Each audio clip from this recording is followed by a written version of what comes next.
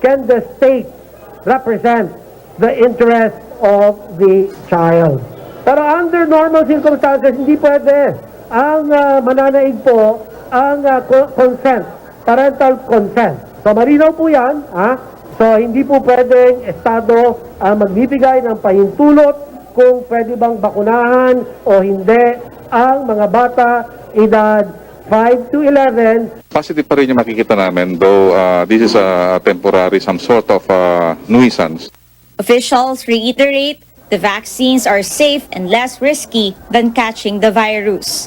Wala pong nakikitang ang pamahalaan na fatal consequence. Sa trial of this vaccine conducted among children aged 5 to 11, ito pong Pfizer vaccine, it was found to be safe and efficacious and prevented 90.9% of symptomatic COVID-19. They add, a child will only be vaccinated if the parent or guardian agrees. Caroline Bongkin, CNN Philippines. Presidential advisor for COVID-19 response, Vince Dizon, also tells CNN Philippines parental consent for a kid's COVID-19 vaccination is, quote, an absolute requirement. Absolute requirement. And no child can be vaccinated without parental consent. So I will repeat, it is an absolute requirement for vaccination for children. And we are ready and we will be answering the petition that was filed in the Quezon City Regional Trial Court. But we are very, very confident that the courts will allow the vaccinations to continue, simply because we need it. We need it, and we need the vaccines to protect our kids. Vince Dizon also saying it is not yet time to make booster cards mandatory in establishments. Presidential advisor for entrepreneurship Joey Concepcion earlier made the pitch, saying it would help build a wall of immunity against the coronavirus. Now, Dizon explains only around 8 million Filipinos have received the third dose of protection against COVID-19 or the booster shots, which to him is a very low number. Encourage the private sector, Secretary Concepcion, to help us in this, is to push further our people getting the booster shot. Now, especially in the private sector, if they can push their employees, the workers to get the booster shot, that would allow us to further increase these numbers in the coming weeks. But right now, I don't think that is possible to do at this point. To require booster shots for, to enter malls or restaurants, I think that was the proposal. I think that it's very premature to do that right. Nearly 16 million Filipinos have completed their primary doses so far. Dizon says they seek to reach 70 million by March, especially with the third round of the National Vaccine Days happening this February 10 and 11, Thursday and Friday. Now, the Department of Health records 6,836 new COVID-19 cases. Experts project a significant drop in the country's COVID-19 cases by the end of the month. The Octa Research Group says new daily infections could fall to around 1,000 to 2,000 in 3 weeks. That's a lower estimate compared to its earlier prediction of 5,000 by late February. Octa also noted that the average number of new cases from February 1 to 5 was over 8,400, down from the 17,000 logged in the week before.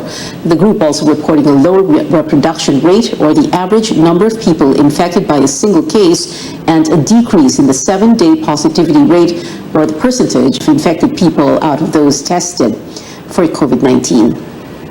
On news overseas, a state of emergency has been declared in Ottawa, Canada, as thousands of people continue to troop to the streets to protest against COVID-19 restrictions. Mayor Jim Watson says this is because of the serious danger and threat to the safety of residents. Canadian police have issued hundreds of tickets to protesters, including for the use of fireworks, driving on sidewalks, and stunt driving. Demonstrators have been protesting vaccine and mask mandates in the nation's capital for 2 weeks. Australia will reopen to fully inoculated international travelers starting February 21st. Prime Minister Scott Morrison says these tourists should be double vaccinated unless they qualify for a medical exemption. Australia closed its borders to most travelers since COVID-19 spread in early 2020. Only citizens, permanent residents with their families, international students, backpackers, and migrant workers are allowed entry into the country, but they must be double vaccinated. In other news, the United States and its allies keeping a close watch over Russia amid the standoff on Ukraine's borders. U.S. President Joe Biden is sending at least 3,000 troops to Poland, Germany, and Romania to help defend its European allies. Russia has repeatedly denied it is planning to invade its neighbor, but new satellite images appear to show an advance of Russian military deployments in Belarus, which shares a border with Ukraine. Biden declined to say whether he would consider deploying more U.S. troops to NATO allies if Russia refuses to de-escalate tensions with Ukraine.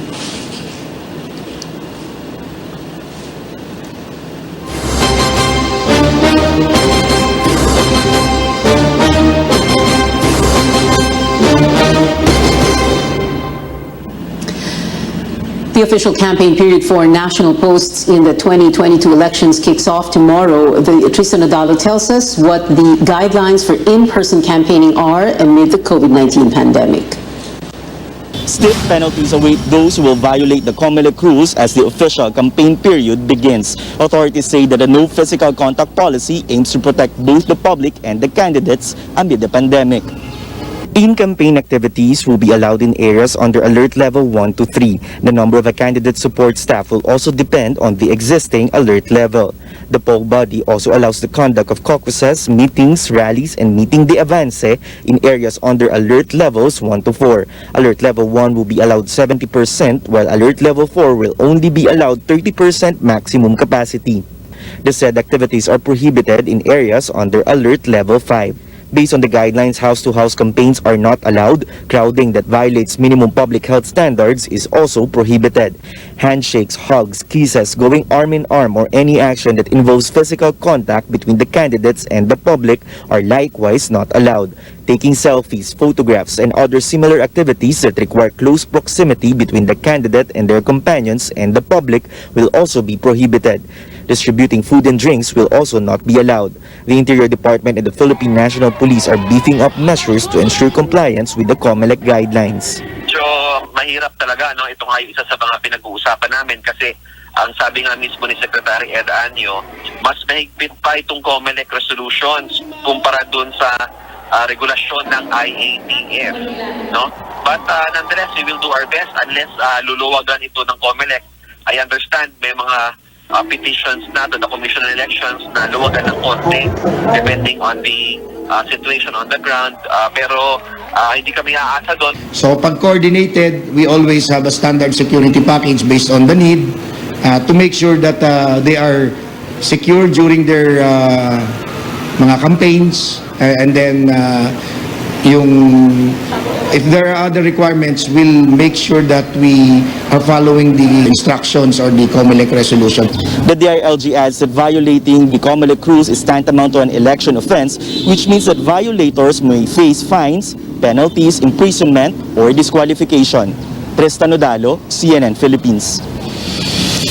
Straight ahead on Newsline, a day before the campaign season begins, presidential hopefuls are all hands on deck to woo Filipino voters. And amid sex trafficking charges, controversial pastor Apollo Quiboloy claims he's being persecuted as the, quote, appointed son of God.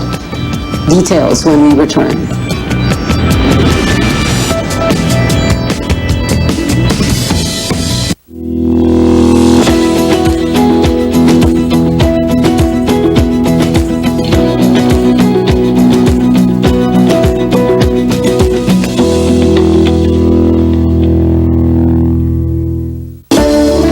Conquering the universe was the ultimate, but there's more. Dahil tinawag ko ako ng Panginoon for a major purpose. To guide the youth, help communities, and to bring others closer to Him. Kaya I take care of my health through proper diet, exercise, and MX3 capsule. I am ready to serve. Kasi para sa Panginoon, hindi lang ako fourth runner-up. First place ako sa puso niya. Mahalagang paalala, ang MX3 capsule ay hindi gamot at hindi dapat gamitin panggamot sa anumang uri ng sakit. Sure ka ba talaga dito? Ano ka ba? Mabait si Papa. Pa! Si Pinky po. Ano po, Mr. Fardo? Please, call me sir. Aba, laki ng supermarket dito ah. Bili tayo ng drinks. Ako na po ang drinks. Sige na. Gutom na ako. Kuha na mga kami, Mike. So, paano? Babiyahe pa tayo. Sir, hatid ko na po kayo. Central Hub yan. Develop na tong part ng Tarlac ha. Sir, sagot ko na po ito. Tingin mo sa akin. Cheap? Sir, hindi po. Joke lang. Sir, pili na po ako. Thanks. Next time ulit. Miggy. Max Fun! Woo!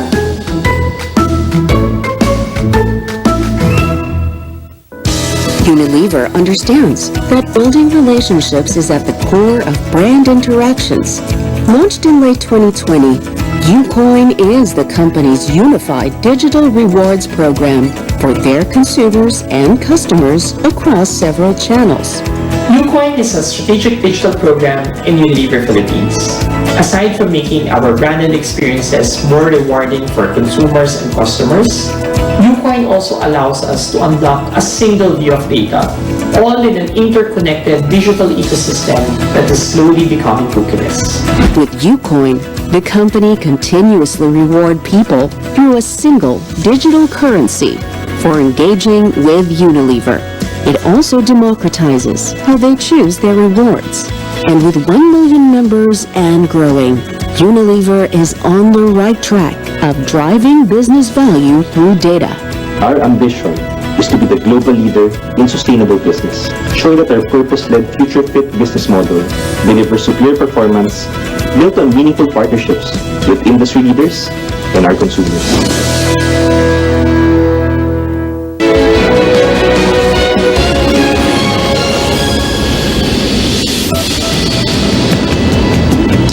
Welcome back to Newsnight, where we go above and beyond the headlines. Presidential aspirants are set to formally begin their candidacies tomorrow on the first day of the campaign period for national posts. Tandems will hold proclamation rallies in various parts of the country. Joining us live is senior correspondent Anjo Alimario, who is hailing Vice President Leni Robredo in Naga. Anjo, what can we expect ahead of Robredo's campaign? Kulay rosas ang bukas. Yeah, that's the theme that the tandem of Leni and Kiko will carry in their 90-day campaign. Presidential aspirant Vice President Leni Robredo says this is what Filipinos can aspire for in an honest government, the kind of leadership that she has shown and has promised to continue if elected. Painting the social media in pink, and here in Naga, it's no exemption.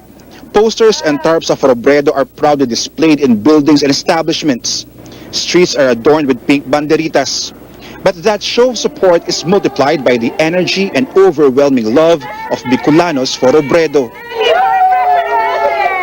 Robredo will try to make history as the first Bicolana president. That's why she chose to hold her proclamation rally together with running mate Senator Kiko Pangilinan and her Senate slate in her hometown. Yung kulay roses ang bukas, ito yung aspiration natin.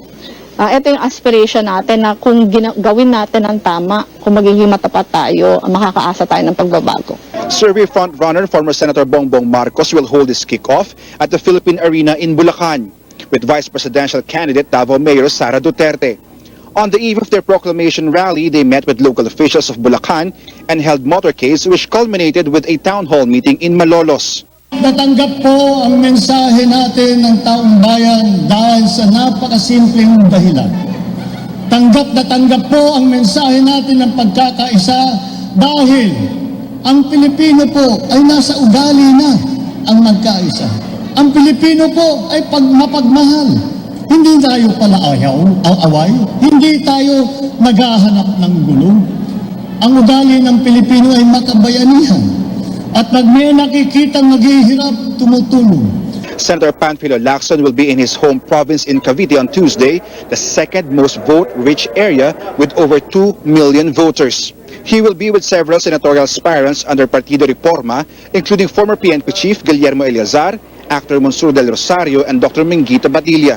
Outdoor yun sa amin, pero ang usapan namin, i-maintain na lang natin yung physical distancing. Sabihin na nilang medyo sparse yung crowd, pero at least may disiplina tayo. Yun ang lagi namin ginagawa, yung disiplina, napaka-importante sa panahon ng pandemya. Isipin mo, magra-rally ka, dikit-dikit, tapos magkakahawahan. nag-contribute ka pa sa problema. Boxing legend Senator Manny Pacquiao will be with his fellow kababayans in General Santos, where he will have a caravan before his proclamation rally. He was busy on Monday distributing generator sets to NGOs in Cebu, where hundreds of residents are still without power following the onset of Typhoon Odette. Manila Mayor Isko Moreno's kickoff rally will be at the Cartilla ng Katipunan. He'll be joined by his running mate, Doc Willie Ong, and 3 senatoriables. As much as possible, simple, modest proclamation. As much as possible. Talaga ako ganun. Hanggat maaari, ako susunod tayo sa alituntunin kasi kung gusto natin mag-lead, di ba? Kailangan mapakita rin natin sa tao na tayo mismo nasunod sa sarili nating mga pinatutupad. Yung mga kalaban natin, mga higante. Pero sinabi rin sa Biblia, si Goliath tinalo ni David. Ibig sabihin, sa Diyos, walang imposible. And Labor leader Leody de Guzman will begin his journey on Tuesday from his hometown in Cainta and will bring his fight to Bantayog ng mga bayani. Vice President Leni Robredo says the biggest threat in her candidacy is disinformation. Social media, she explained, have been abused and weaponized. That's why she's calling for a united effort to fight fake news, or worse, she warns the elections would be won based on lies. Pia. Anjo, is Robredo confident that she will win a majority of the votes in Bicol? Is there such a thing as the Bicol vote? That's right, Pia. Robredo is confident that Bicol will give her a landslide win. In 2016, she explains, 5 Bicolanos joined the race, but she still got 70% of the total votes in the region. And of course, this will be also a test for the so-called solid Leni Bicol in light of those reports of Camarines Sur mayors allegedly supporting her fiercest rival, Pia. Anjo Alimario there reporting from Naga City in Camarines Sur. Now, the COMELEC may mount its first presidential and vice presidential debates next month. That is a week later than the original target of hosting the first COMELEC-sanctioned event this February. The poll body says it is in talks with media networks for a total of 6 national debates. Ongoing po yan. Process po ngayon, meron po kaming guidelines na ipinapa-approve sa ANBANG. Hopefully this week ma-approve na po sila. At tuloy na po yan, although baka medyo maantala. Konti lang po yung sa first debate natin. So give us more time po sa preparation. COMELEC spokesperson James Jimenez earlier said that the poll body cannot require candidates to show up. There will be empty podiums to represent those who will not join the debates. Now, 2 hopefuls eyeing a Senate comeback and a former defense secretary seeking a Senate seat. These aspirants joined the 4th round of CNN Philippines Senatorial Forum. And as Paolo Barcelon reports, they have many things in common. Antique Representative Loren Legarda, former Senator Antonio Trillanes, and former Defense Chief Gilbert Chodoro graced the CNN Philippines Senatorial Forum Sunday night. All 3 have connections to the defense sector. Legarda is a Reserve Air Force Colonel, Trillanes, a retired Navy Lieutenant, and Teodoro, a former Defense Secretary. All 3 say they're open to a possible joint oil exploration with China if Beijing recognizes Manila's sovereignty in the contested waters. I would rather err on the side of caution and let our Constitution work by letting all activities involving oil and mineral exploration activities in the West Philippine Sea to be subject to FTAA agreements as provided under the Constitution. In any joint exploration activities with China, the recognition of the arbitral tribunal ruling should be a primary requisite. Without that formal recognition, then nothing should proceed. Trillanes, Legarda, and Teodoro also laid out their priority legislation should they get elected to the upper chamber. Teodoro is on his first run for the Senate, while Trillanes and Legarda are on comeback bids. Trillanes will aim for a post-COVID economic recovery program. while Teodoro hopes to scrutinize the national budget of the incoming administration. Legarda, meanwhile, will tackle environmental issues if she wins. Ang ating pagsukat sa 10 environmental laws na ginawa po natin mula noong 1998 na sila'y mapondohan at sila'y striktong ma-implement. Clean Air Act, Clean Water Act, Ecological Solid Waste Management Law, nandyan na po. Bakit hindi ini-implement na maigting? Trillanes, Legarda, and Teodoro have another thing in common. At different times in their careers, they had sought higher office and lost. Legarda ran as the running mate of Fernando Poe Jr. in 2004, Trillanes for vice president in 2016, and Teodoro for the presidency in 2010. All three agree that aspirants, especially for the top 2 posts, should participate in the discussion of pertinent national issues. The question, should aspirants for the country's top 2 positions commit to participate in debates and forums, yes or no? That is a yes, and a yes. Paulo Barcelon, CNN Philippines. Kingdom of Jesus Christ founder Pastor Apollo Quiboloy denies allegations against him, saying it comes with being an appointed son of God. Quiboloy, President Rodrigo Duterte's spiritual advisor, warned the public to stop, quote, persecuting him if they do not want to face more struggles amid the pandemic. He is on the most wanted list of the U.S. Federal Bureau of Investigation with 2 other people over an alleged labor trafficking scheme. Quiboloy is facing charges of sex trafficking, fraud and coercion, conspiracy, and bulk cash smuggling. Ninyo, mahirap ang maging appointed son. Lahat ng kasalanan ibabato sa iyo. Sa ulad ng sinabi ng Matthew chapter 5, di ba? Blessed are you when men shall persecute you and shall say all manner of evil against you falsely for my sake. I think this is designed to humiliate at to embarrass the pastor and the members of the kingdom. At ito po, this is a despicable act. The timing of the release, granted that this may have been done in the ordinary course by the FBI, the timing of the release is highly suspect. Quiboloy's lawyer, Ferdinand Topacio, also claiming the charges against his client are indirect attacks on Duterte. The government has yet received an extradition request from the U.S. Still ahead, the PBA Governor's Cup returns this Friday. Find out which teams are going head-to-head. And speaking of comebacks, after 4 years, the kings of K-pop are dropping a new track. All details after the break.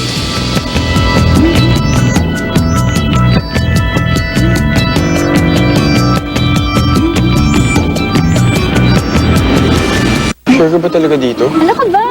Mabait si Papa. Pa! Si Pinky po. Ano po, Mr. Fardo? Please, call me sir. Aba, laki ng supermarket dito ah. Bili tayo ng drinks. Ako na po ang drinks. Sige na. Gutom na ako. Kuha na mo nga kami, Mike. So, paano? Babiyahe pa tayo. Sir, hatid ko na po kayo. Central Hub yan? Develop na tong part ng Tarlac ha. Sir, sagot ko na po ito. Tingin mo sa akin. Cheap? Sir, hindi po. Joke lang. Sir, pili na po ako. Thanks. Next time ulit ah. Miggy. Max fun! Woo!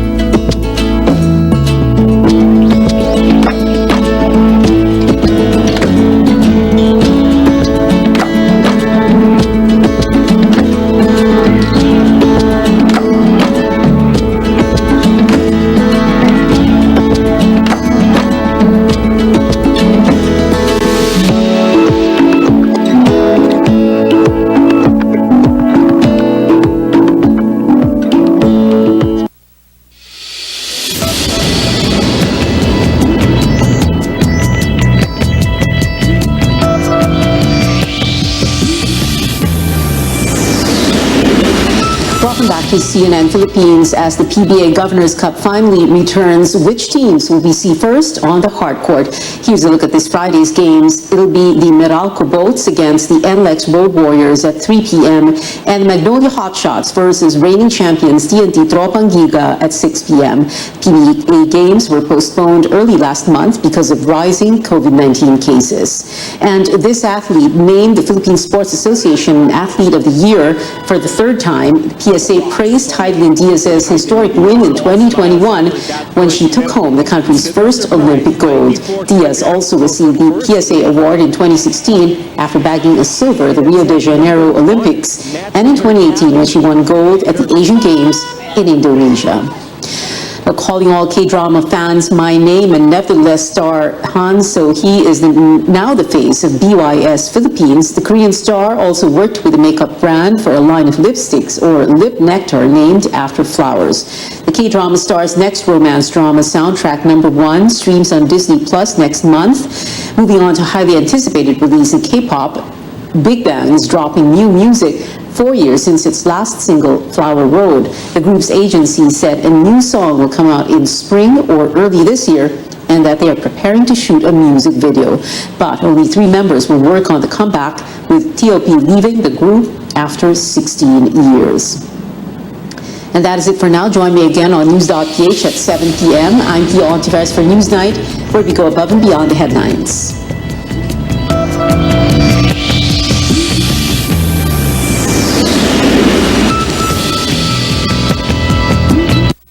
This program is brought to you by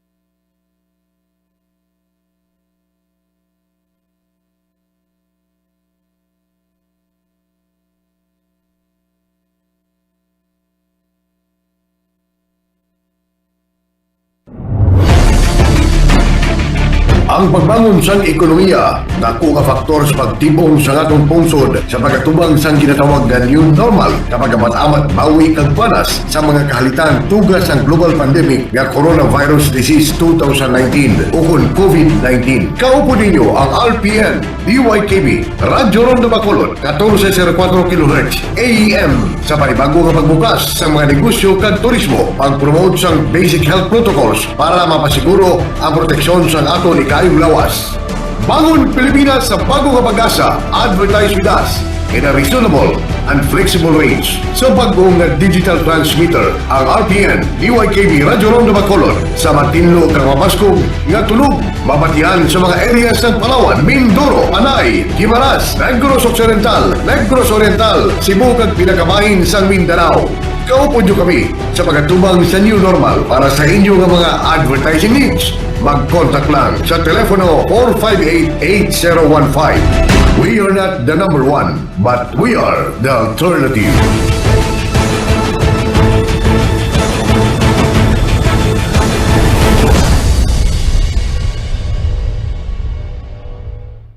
DYKB Radio Ronda.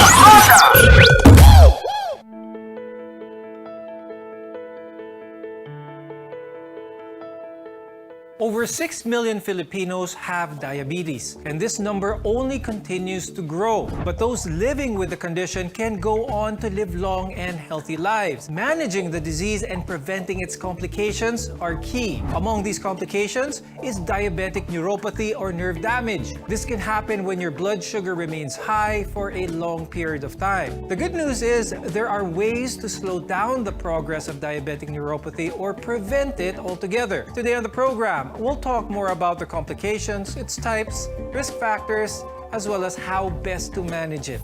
I'm Dr. Freddy Gomez, and welcome to MedTalk Health Talk right here on CNN Philippines.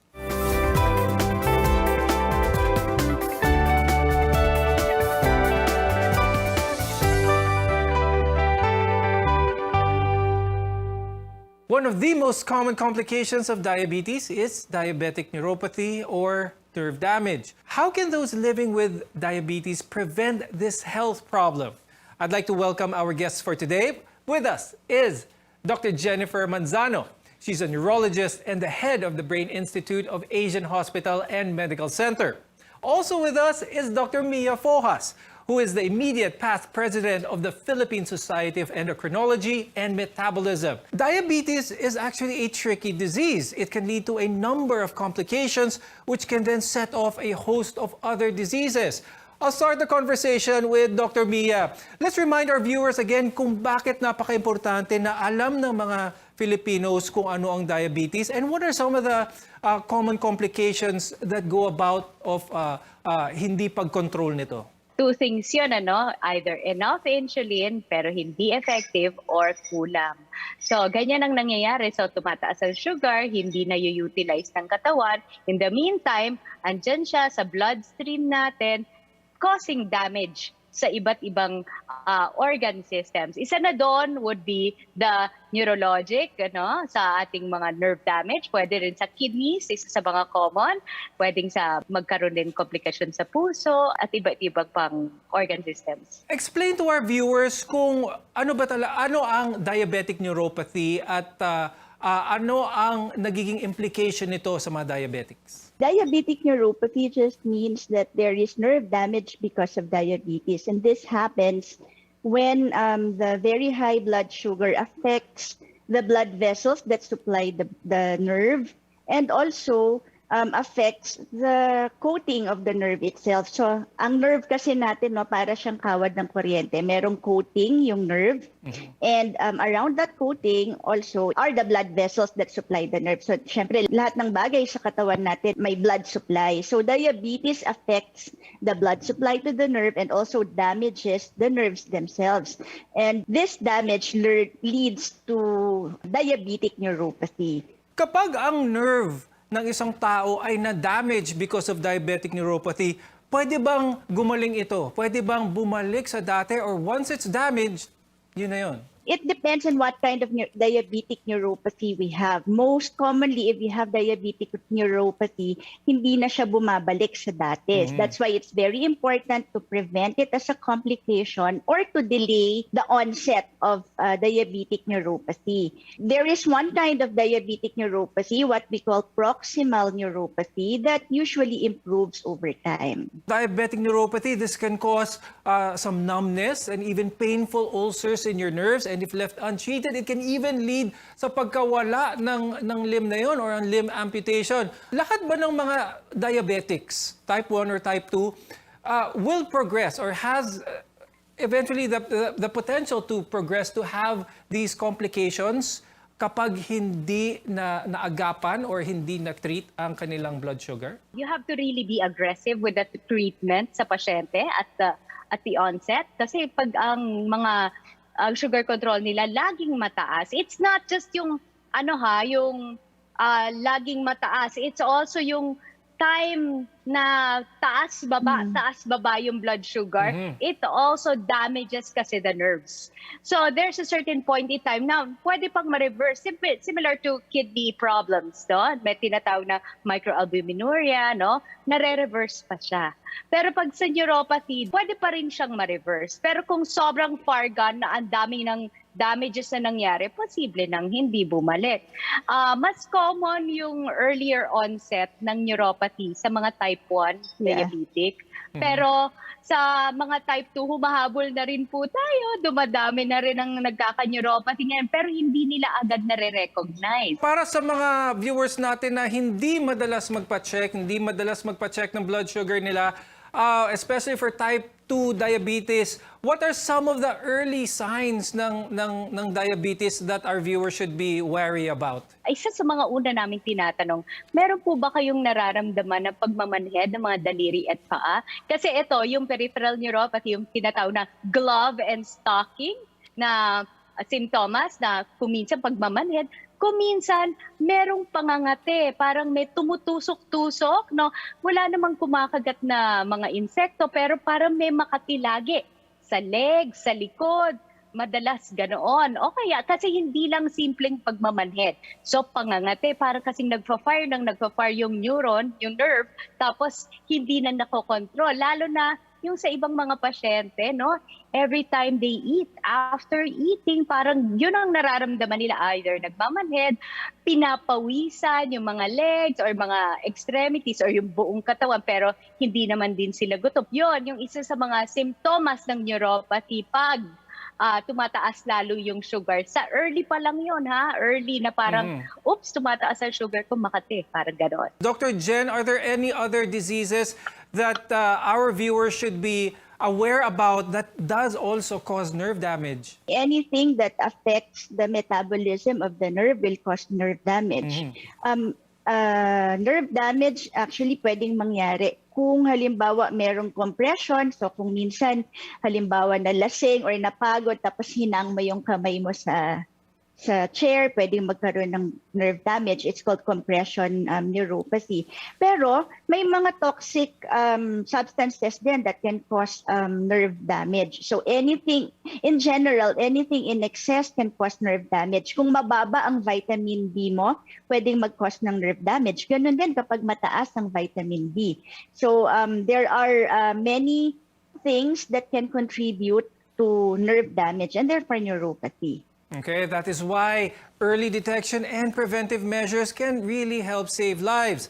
When we return, we'll talk about how to recognize diabetic neuropathy. We'll go through some of the symptoms and the risk factors of the complication. You're watching MedTalk Health Talk, your partner in healthcare.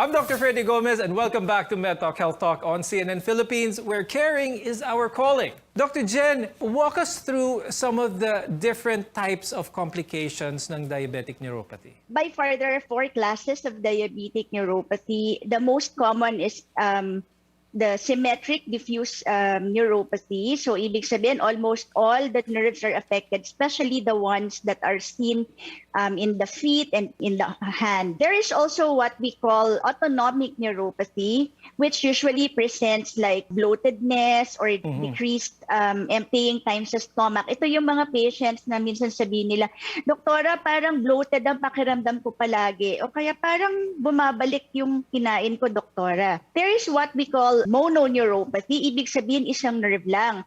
For some reason, may carpal tunnel syndrome or yung nerve that is supplying sensation and movement to your hand is affected. There is also what we call proximal neuropathy, where parang masakit yung buong hip ng patient, buong leg niya. Pagkatapos, mamaya makikita mo pumapayat na yung muscle. So there's muscle wasting and the patient has difficulty standing up from sitting or even climbing up and down the stairs. So it can present in a myriad of ways. So it's very important that the patients with diabetes really get in touch with their doctors. Now, Dr. Jen, meron bang sequence ng mga simptomas sa isang taong nagkakaroon na ng diabetic neuropathy? Meron bang pain muna bago magmanhid? Is there a process na our viewers can chime in on? Minsan parang kumakati lang yung kanilang mga kamay at minsan parang namamanhid na hindi nila ma-explain. And minsan sasabihin nila, pagkakain nila parang makati o kaya parang manhid. Now, as the nerves get damaged, doon na nagkakaroon ng almost permanent numbness o kaya loss of balance, no? Kasi yung balance natin is also a function of how well our feet parang feels the ground, no? So, later on, habang lumalala yung kanilang neuropathy, nagkakaroon na ng mas permanent at mas malalang damage. Even pain, na kuminsan sobrang hawakan mo lang sila, sobrang painful sa kanila. Minsan yung bedsheet lang, akala mo parang talagang nahiwa yung skin nila, no? Or sometimes, even if walang nag-touch sa kanila, no, even with no stimulation, masakit talaga yung kanilang nerves, yung kanilang extremities. Also, sometimes wala naman talagang nararamdaman. Kaya minsan may sugat na, hindi pa rin nila nararamdaman. So it's very important that patients with diabetes always keep on checking their feet kasi minsan may sugat na tapos hindi nila alam, and dito nagkakaroon ng what we call diabetic foot. The notion that sticks in their head is pwede kang mawalan ng limb. Pwedeng maputol ang paa, pwedeng maputol ang daliri sa paa because of diabetes. Madalas ba ito mangyari kapag hindi naagapan ng diabetes? Kailan umaabot sa puntong iyon, Dr. Mia? Yung notion na yan na baka maputulan ng paa, no? Both is may positive effect siya at saka may negative effect doon sa mga iba't ibang pasyente namin sa konseptong yun. Kasi yung iba, sinasabi nila, okay pa blood sugar ko kasi gumagaling pa yung sugat ko. So, in the end, late sila magkokonsulta kasi gumagaling pa yung sugat niya. When in fact, hindi naman yun yung idea doon. So, gumagaling nga pero improper ang healing ng wound. So, sa ilalim nun, parang hindi pa healed. So, ang pangit ng scarring. That's one of the signs sa pangit ang sugar nila. Yung sa positive effect na, nung sa notion na yung baka maputulan. So, natatakot sila kagad. So, good na nagpapakonsulta. Noon, ang dami po talagang napuputulan dahil lang sa poor sugar control at hindi na alagaan ng sugat, mali-mali po yung paglinis or hindi na linisan. Yung iba, oo nga pala, yung sa diabetic neuropathy, no? Yung iba kasi, sabi wala na sila masyadong maramdaman sa paa. So, kuminsan, nilulublob nila sa sobrang init na tubig. May mga pasyente kami dati na nilagyan nila ng mainit na oil. Kaya nagkaroon ng paltos. So, medyo common yan noon. So, ngayon medyo hindi kasi wala masyadong admission ng DM foot, no? Pero madalas nangyayari yan noon na mali-mali yung pag-treat sa neuropathy at saka kung ano-ano na ginagawa sa mga paa para makaramdam. What is your advice para sa mga viewers natin who may have these symptoms? Saan sila pwedeng magpa-check? Is it overacting sa kanila na magpa-check kagad if they just feel something that they think may be a neuropathy? If you know that you have diabetes and you have these symptoms, you have to tell your endocrinologist. Pero kung hindi mo pa alam na ikaw ay may diabetes, no, you can always consult neurologist or actually any doctor should be able to elicit these symptoms. Basta maganda ang pagkuha ng history, maganda yung kwento ng patient. Basta ang important, they have to consult. Dr. Mia, ano ba mga risk factors natin na common sa mga Filipinos when it comes to diabetes? Lahat halos tayo may relative na diabetes. First degree relative with diabetes is a risk factor. Of course, the history of hypertension, smoking, meron yan. It's lifestyle risk factors. And as for yung ating environment, marami, no? Maraming exposure sa atin and also our culture. Diabetogenic ang culture ng mga Pilipino. Okay. Kaya marami talaga, kaya tumataas ang diabetes sa atin. So we have to change that culture, which is very difficult. So, we have to start now sa mga parents siguro para sa future ng mga bata, malesen. Even if you're at risk of diabetic neuropathy, there are many things that you can do to lower the risk of the disease. When we return, we'll talk about these preventive measures. Your health is our mission here on MedTalk Health Talk. We'll be right back.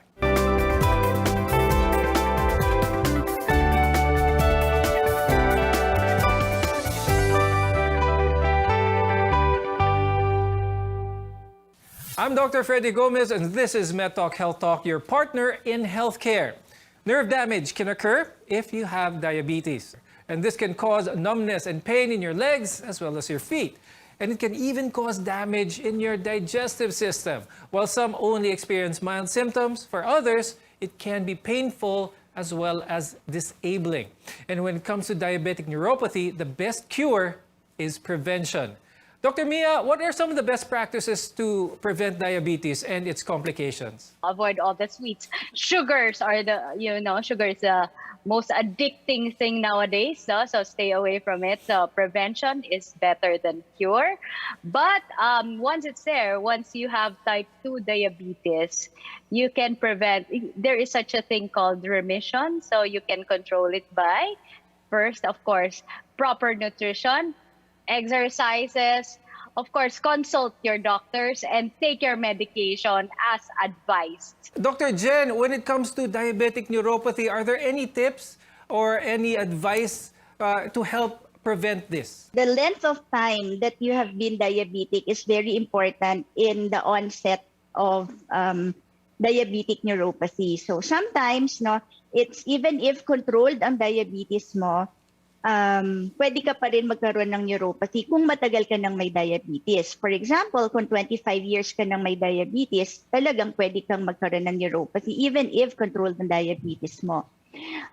What is important, no, is to delay the progression of the neuropathy or delay its onset. Other factors can also contribute to poor blood supply to the nerves, such as hypertension and high cholesterol levels. So if you are diabetic, and you have to make sure that your cholesterol levels are also controlled, and malaki na naman ang role ng endocrinologist natin dito.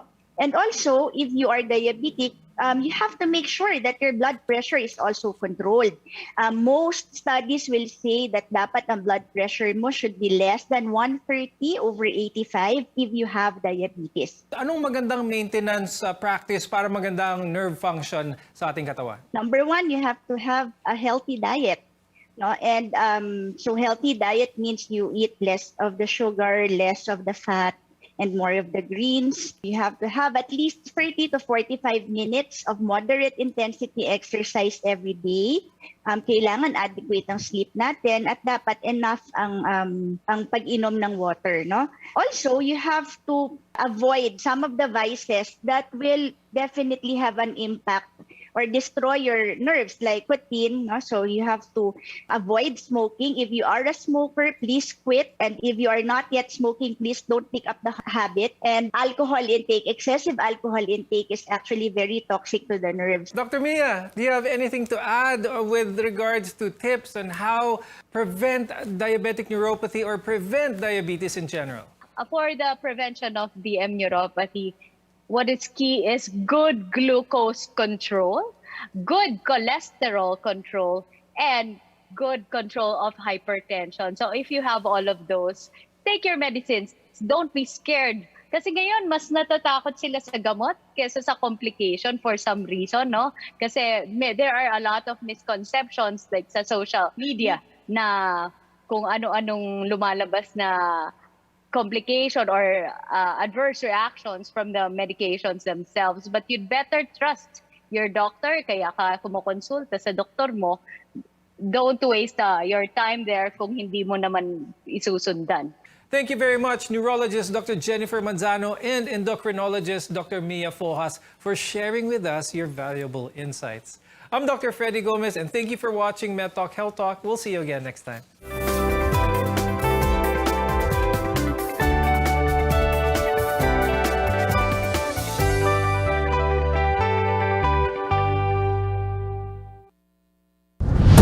RPN Regional AM radio stations nationwide welcomes CNN Philippines, a first on radio. To bring you the latest news you can use, news you can trust. Listen to News